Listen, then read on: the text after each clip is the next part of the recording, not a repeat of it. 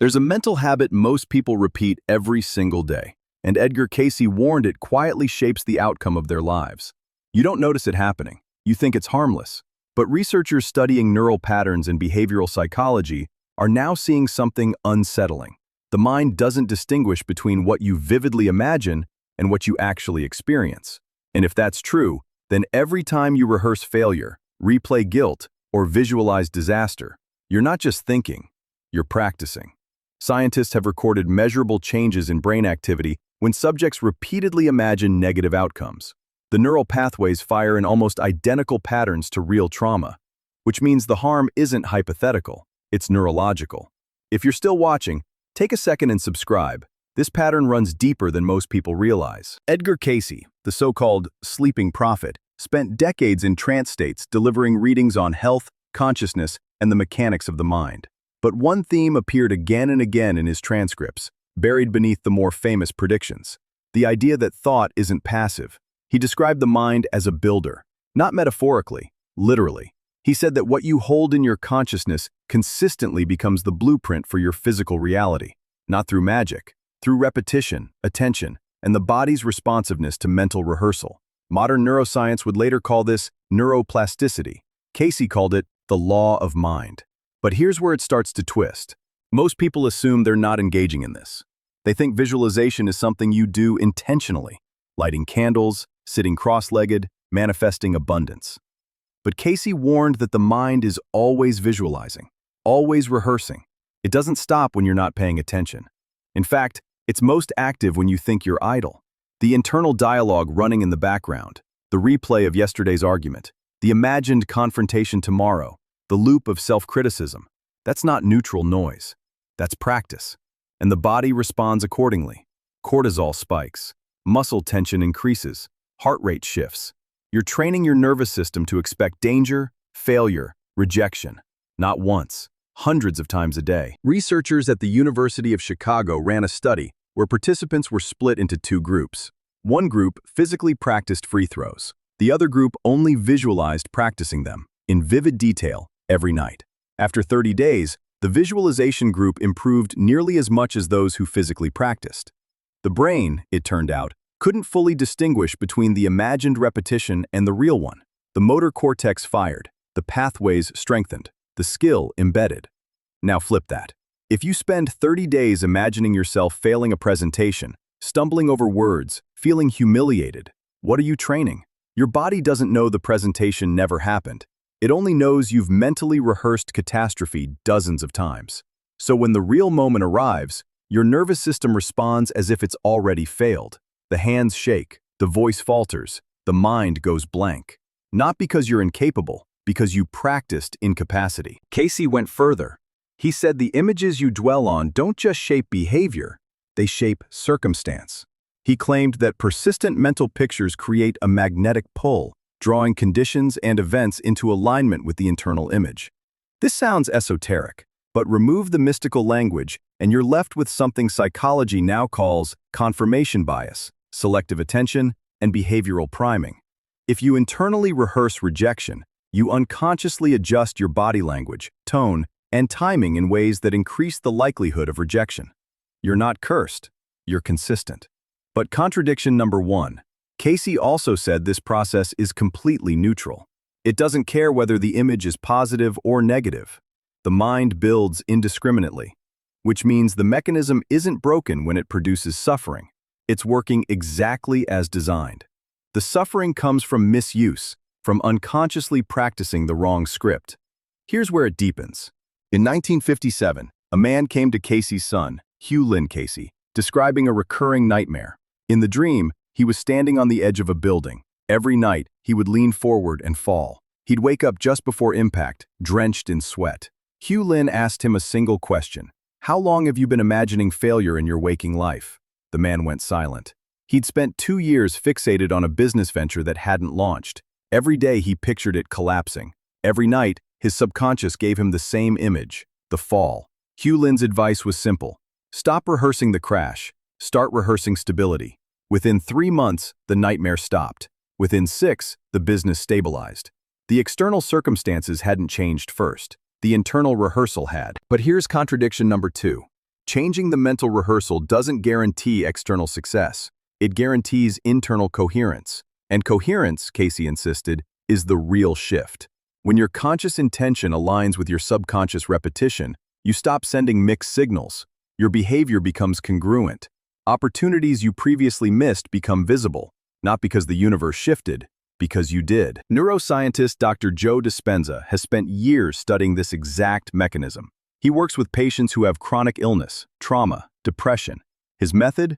Guide them to mentally rehearse a new version of themselves, not sporadically, daily, vividly, with emotional intensity. He tracks their brain scans before and after. The results are stark. After weeks of focused internal rehearsal, the brain's default mode network, the part responsible for self-referential thought, begins to rewire. Old patterns quiet, new ones establish. Some patients report physical healing.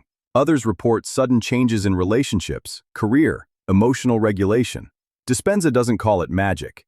He calls it self-directed neuroplasticity. Casey would have called it applied thought. But contradiction number 3, this process only works if you're aware you're doing it, and most people aren't. They rehearse unconsciously, which means they're practicing all day long, just not what they think they are. They say they want confidence but rehearse inadequacy. They say they want peace but replay conflict. They say they want love but internally brace for abandonment. The gap between intention and rehearsal is where most lives quietly unravel. Casey's readings are filled with clients who came to him confused.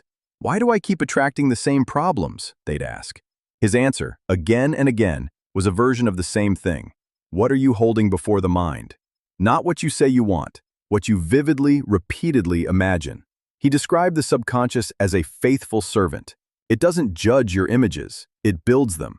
If you feed it disaster, it constructs disaster. If you feed it calm, it constructs calm. The servant isn't failing.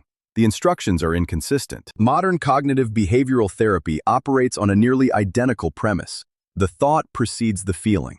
The feeling precedes the action. The action creates the result. But CBT adds something Casey implied. The thought is rarely conscious. It's automatic, repetitive, embedded through years of reinforcement. Which means changing your life doesn't start with changing circumstances. It starts with becoming aware of what you're mentally rehearsing when you think you're doing nothing. In 2018, a team at Stanford studied the brain activity of people with anxiety disorders. They found that anxious individuals spent an average of 4 hours per day internally simulating worst-case scenarios. 4 hours. That's not a mental illness. That's a mental practice schedule. And the body responded predictably. Elevated baseline cortisol, disrupted sleep, heightened startle response. The participants weren't experiencing random anxiety. They were experiencing the inevitable outcome of 4 hours of daily catastrophe rehearsal. When the study introduced a simple interruption protocol, awareness of the rehearsal, followed by a brief redirection, cortisol levels dropped within 2 weeks. Not through medication, through conscious interruption of unconscious practice. Casey would have recognized this immediately. He once told a man, "You are meeting yourself." The phrase appears in dozens of readings. It means the circumstances you face aren't arbitrary. They're reflections of what you've been internally preparing for. Not punishment, not karma in the mystical sense, just pattern recognition. The universe doesn't care what you practice. It just responds to what you've made consistent. But here's the uncomfortable part. If this is true, if the mind is always rehearsing, always building, then you're never not practicing something. Scrolling through social media while half aware? You're practicing distraction. Imagining a difficult conversation going badly? You're practicing defeat. Replaying an old wound? You're practicing resentment. The mind doesn't pause. It doesn't idle. It's always in rehearsal mode. Which means the question isn't whether you're practicing, it's what. Casey warned that most people spend their lives in what he called crossed conditions. The conscious mind says one thing, the subconscious rehearses another, and the body, caught between conflicting signals, produces chaos. Illness, anxiety, stagnation. Not because the person is broken, but because the internal rehearsal is incoherent. The servant is receiving 2 sets of blueprints and trying to build both at once. There's a case from the Casey archives, reading 2981-1. A woman came to him describing chronic fatigue, depression, and a sense of being blocked in every area of life. Casey's reading didn't mention diet, supplements, or external factors. It focused entirely on her mental habits. He said she spent hours each day building in mind the conditions she does not want. He told her to stop. Not through force, through gentle, persistent redirection. Every time she noticed herself rehearsing failure, she was to pause and mentally rehearse something neutral or constructive. Not fake positivity, just coherence. She wrote back 6 months later. The fatigue had lifted. The depression eased. Opportunities had appeared. Not because the world had changed, but because she'd stopped unconsciously closing doors through internal rehearsal. Dispenza describes a similar case. A woman with rheumatoid arthritis. Severe. Years of medication. Little relief. He guided her through a daily practice. Sit quietly. Imagine the body as healthy. Rehearse the feeling of ease in the joints, the absence of pain, the fluidity of movement. She did this every morning for 45 minutes. Not once, not sporadically, every single day for 8 months. Her inflammation markers dropped, her pain decreased. Her doctors were baffled. Dispenza wasn't. He'd watched her brain scans shift. She'd stopped practicing sickness and started practicing health. The body, receiving one clear signal instead of conflicting ones, had responded. But here's the part most people miss. This isn't about positive thinking. It's about consistent thinking. Positive thoughts layered over deep-seated negative rehearsal don't work. They create more crossed conditions. The subconscious doesn't respond to affirmations you don't believe. It responds to images you vividly, emotionally repeat, which means the work isn't to think happy thoughts. It's to become aware of what you're already thinking and whether it matches what you say you want. Casey once said, "Mind is the builder." 3 words, but embedded in that phrase is the entire mechanism.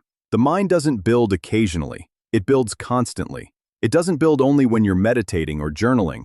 It builds while you're driving, showering, falling asleep. The construction never stops, which means you're never not shaping the foundation of tomorrow.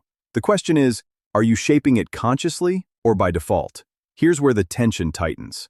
If the mind is always rehearsing, and if the body responds to mental rehearsal as if it's real, then every internal narrative you repeat is a self-fulfilling prophecy. Not mystically, mechanically. If you rehearse inadequacy, your posture shifts, your voice softens, your eye contact weakens. Others respond to those signals. You interpret their response as confirmation. The loop tightens. You weren't cursed. You were consistent.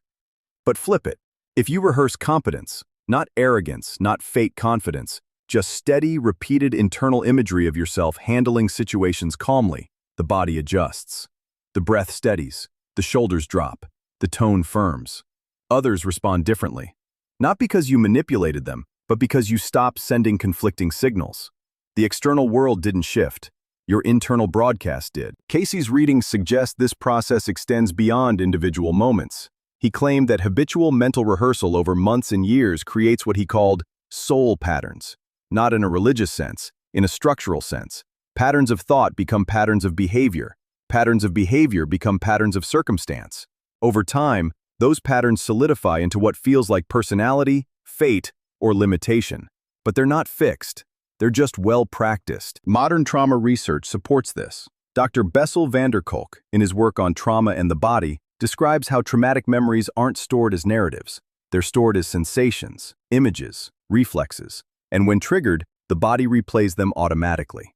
This is why someone who experienced betrayal decades ago might still flinch in moments of vulnerability.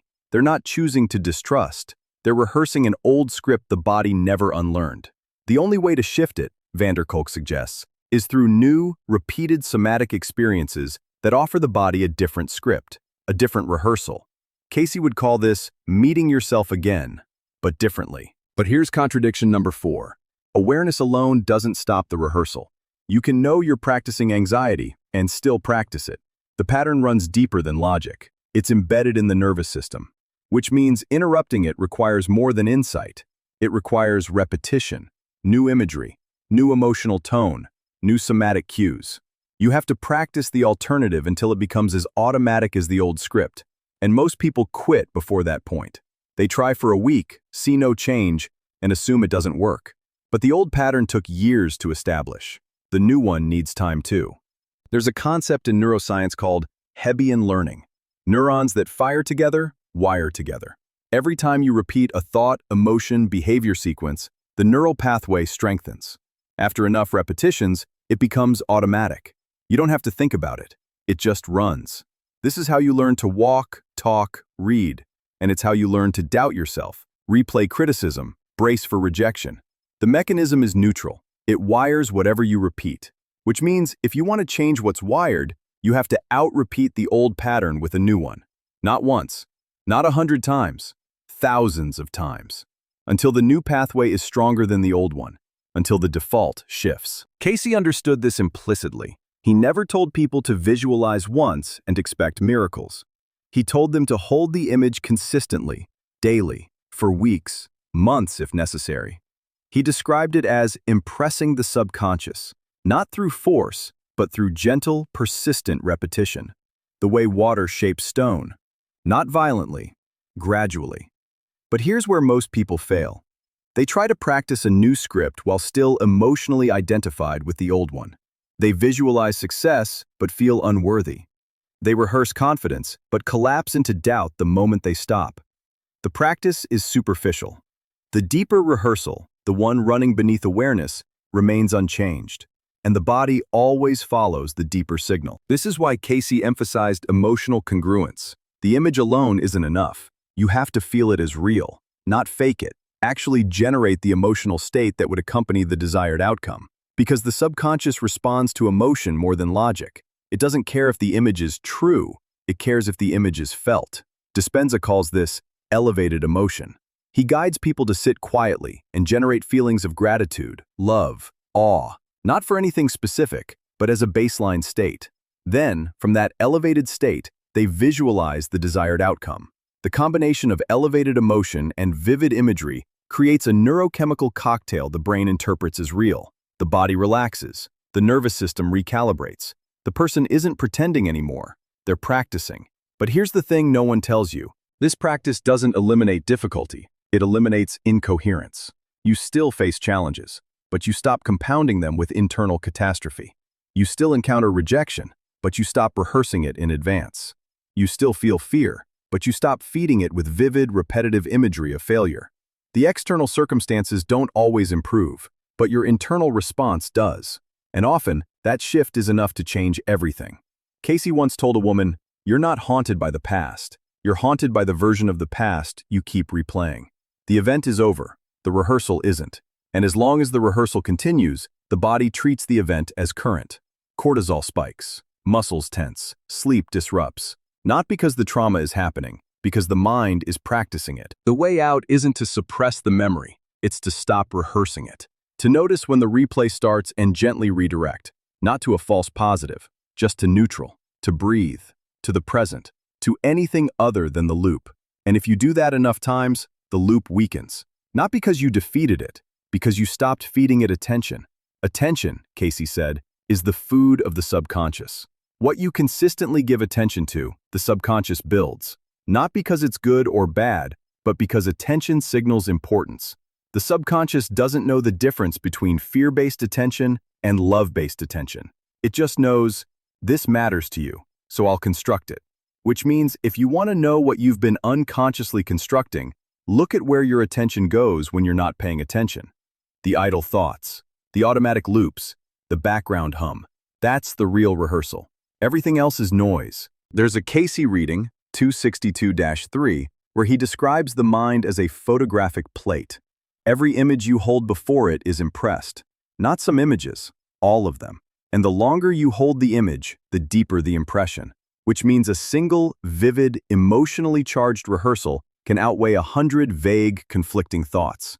Intensity matters, repetition matters.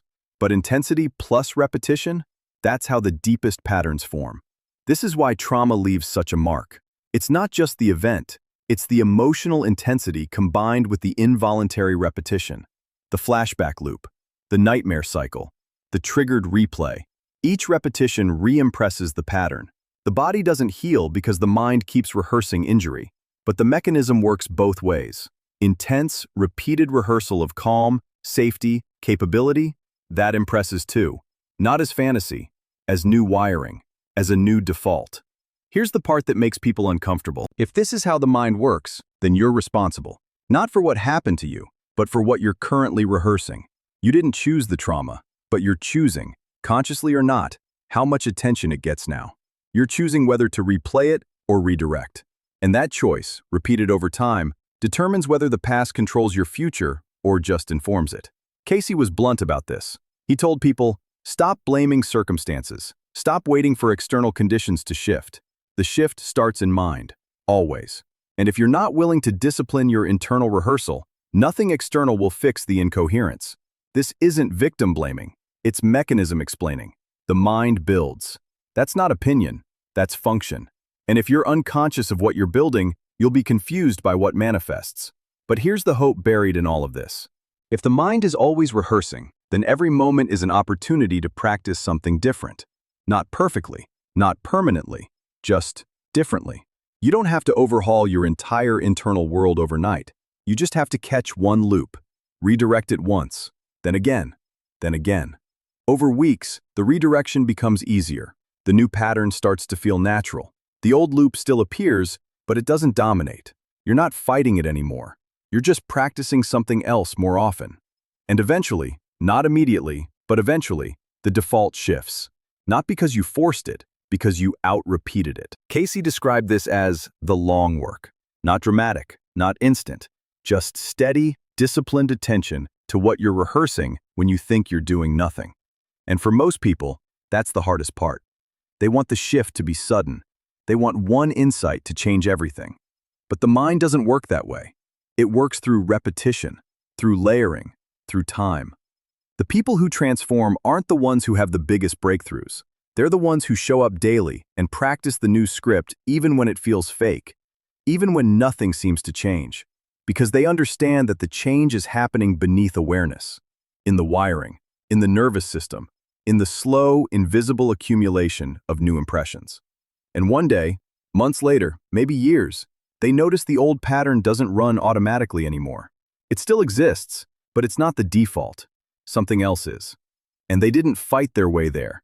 They practiced their way there. But here's the final twist. You've been practicing this entire time. Not just since you started reading, since childhood, since the first time you replayed a failure and felt shame, since the first time you imagined rejection and braced, since the first time you rehearsed inadequacy and believed it. You've been training your nervous system your whole life. Not intentionally, but consistently. Which means the question isn't whether you have the capacity to reshape your internal world through practice. You've already done it. You've already proven the mechanism works. You just didn't realize you were the one directing it. And now that you know, what are you going to practice next?